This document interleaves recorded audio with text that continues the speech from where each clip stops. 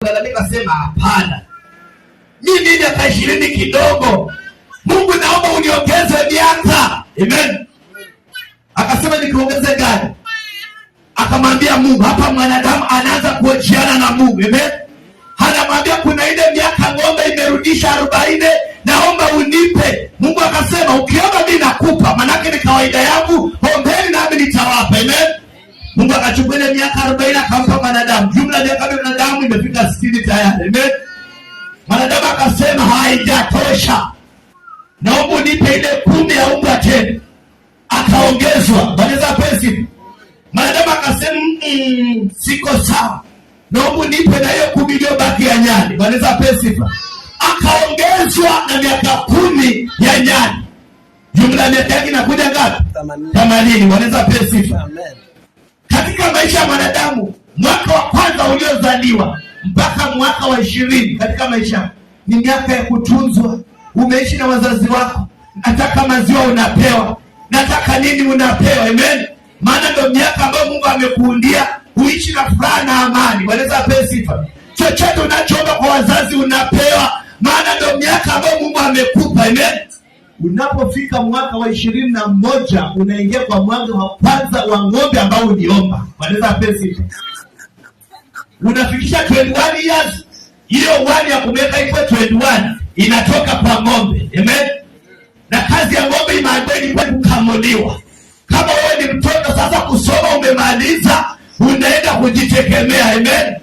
Wakati unaanza kujitegemea, unapata na watoto, unakuwa na mke, unakuwa na boma lako. Sasa unaanza kukamuliwa. Unaporudi unakamuliwa school fees, unakamuliwa pesa za magonjwa, unakamuliwa sijui nini. Vitu hivi vishakula kwa nyumba wanakukamua. Chochote unataka wanakukamua. Haleluya. Maana ilikuwa ni miaka ya ng'ombe kukamuliwa. Wewe mwanadamu kaomba iwe yako. Unakamuliwa ile miaka, unakamuliwa mpaka miaka yako inafika 60. Bwana pesi. Hapo sasa umezeeka. Watoto wamekuwa wamekukamua, nao sasa wana maboma zao. Amen. Wakati fikisha mwaka wa 61. Amen. Ule wa 61 ule unaingia kwa mwaka wa nyani. Bwana pesi. Nyani alipewa kazi ya kuruka kwa mti huu, haende kwa mti huu, hakienda kwa mti huu, anarudi kwa mti huu. Bwana pesi. Sasa hapo unapata uko na watoto. Amen. Utapata kama sasa ni mimi Junior ako Nakuru, Dickson akuenda Tanzania. Naanza kuruka sasa, naenda Tanzania kwa mtoto wangu, na kaa huko. Huo ni mti wa kwanza, kazi ya nyani. Amen.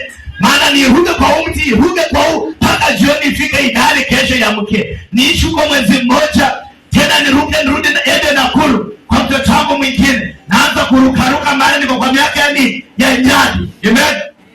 Wakati hiyo miaka 10 ya nyani inaisha, nafikisha 70. Napofikia 71 unaingia kwa miaka ya umbwa. Bwana pesi. Umbwa na imepewa kazi ya kubweka. Amen. Ndio maana wakati mmelala ndani ukiwa na umbwa unasikia sema watu, inakwambia utobu na watu nje, lakini uelewe lugha ya umbwa. Bwana pesi. Sasa unaingia kwa ile miaka ya kubweka wewe. Ukiwa umekaa nyumbani, hiyo miaka ndio mzana kuja kule mbele. Amen. Manaka atakuwa amezeeka sasa, wajumbe wake wakikuja kumuona huko Mombasa na wewe ni mjumbe wako wa wapi? Yaani hata uwajui. Amen. Miaka ya umbwa sasa umezeeka kabisa. Ila ambayo tunaita kwa ulimwengu wa kiroho miaka ya bonus. Amen.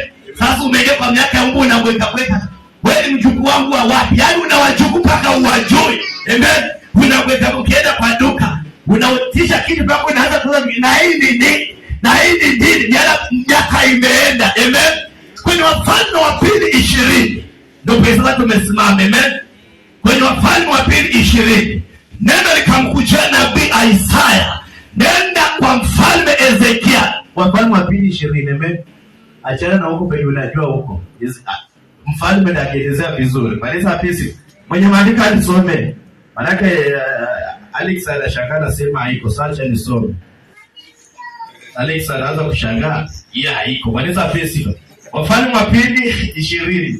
Achana ile nyeume zoea. Siku hizo Ezekia akaugua, akawa katika hatari ya kufa. Isaya nabii mwana wa Amosi akamjia akamwambia, Bwana sema hivi, tengeneza mambo ya hati. Ezekia ameshafanya kazi ya Mungu